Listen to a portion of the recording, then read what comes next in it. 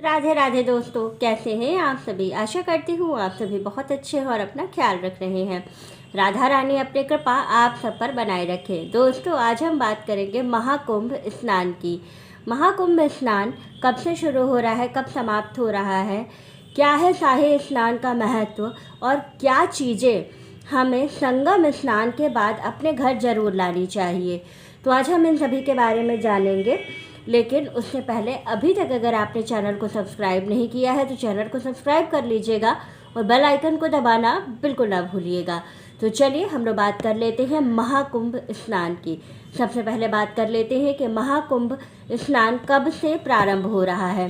तो महाकुंभ स्नान जो प्रारंभ हो रहा है वो 13 जनवरी पौष माह की पूर्णिमा से स्टार्ट हो रहा है और इसका समापन होगा 26 फरवरी दिन बुधवार को महाशिवरात्रि के साथ। इतने दिन का जो ये समय है ये महाकुंभ का समय है। इस बीच में आप कभी भी जा कर के स्नान कर सकते हैं, लेकिन कुछ विशेष नियमों के अनुसार। अब हम बात कर लेते हैं महाकुंभ स्नान क्या होता है। तो देखिए, महाकुंभ स्नान जो है वो शाही स्नान है और इसका विशेष महत्व होता है।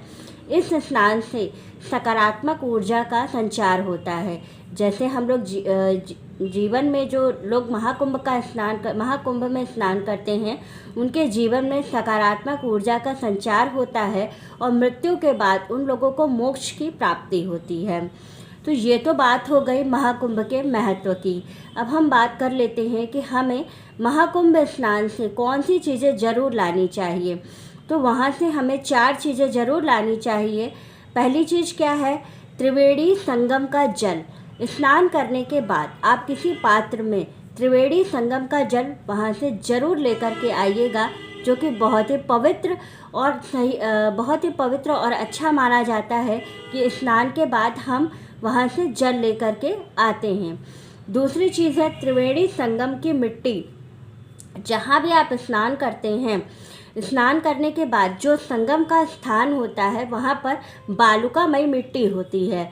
तो आप जल लेने के बाद थोड़ी सी वहाँ से मिट्टी नहीं, उसको मृतिका बोलते हैं, लेकिन मैंने शायद गलती से बोल दिया होगा। तो वहाँ से आपको त्रिवेणी संगम के मृतिका ज़रूर लेकर आना चाहिए। ये भी घर में लाना बहुत शुभ होता है। जो लोग भी संगम में स्नान करने जाते हैं वो इस चीज़ का विशेष तौर पर ध्यान रखते हैं कि इस चीज़ को हमें विशेष तौर पर लेके ज़रूर जाना है। इसके बाद बात कर लेते हैं शुद्ध भोग या प्रसाद का। शुद्ध भोग या प्रसाद का मतलब ये नहीं है कि आप कहीं पर बैठ कर के वहाँ पर पूर्ण भोजन करें, नहीं। प्रसाद का मतलब बस थोड़ा सा एक कण आप ले लीजिए और उस प्रसाद को अगर आप किसी पवित्र मंदिर में, जैसे कि वहाँ पर लेटे हुए हनुमान जी हैं प्रयागराज में, तो आप वहाँ पर अगर दर्शन करते हैं और वहाँ पर प्रसाद चढ़ाते हैं तो जो प्रसाद आपको मिलता है वो प्रसाद आप थोड़ा सा वहाँ पर बांट दीजिए और थोड़ा प्रसाद ज़रूर लेकर के वापस अपने घर ज़रूर आइए। और उसके बाद उस प्रसाद को आपके चिर परिचित जितने लोग हैं उनमें ज़रूर बांटना चाहिए। इससे आपको संगम के स्नान का विशेष फल प्राप्त होता है और कहते हैं कि पूरा पुण्य फल प्राप्त होता है। हम तो स्नान किए हैं, लेकिन अगर हम बाकी लोगों में उस चीज़ को बांट रहे हैं तो ये जान लीजिए कि उन लोगों को भी हम अपने पुण्य में भागीदार बना रहे हैं। तो आपको ये काम ज़रूर करना चाहिए। और दूसरी चीज़ क्या है, जो सबसे आखिरी चीज़ और सबसे महत्वपूर्ण चीज़ होती है, ये ज़रूर लेकर आना चाहिए, पवित्र पुष्प।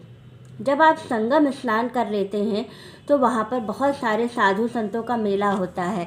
बहुत सारे साधु संत होते हैं जो लोग वहाँ पे कल्पवास करते हैं और 1 महीने सवा महीने का वहाँ पर भजन कीर्तन करते हैं। तो उन लोगों के पास आप देखेंगे बहुत सारा पुष्प चढ़ा होता है। जो लोग जाते हैं संगम स्नान करने तो जो साधु संत होते हैं उनका दर्शन भी किया जाता है।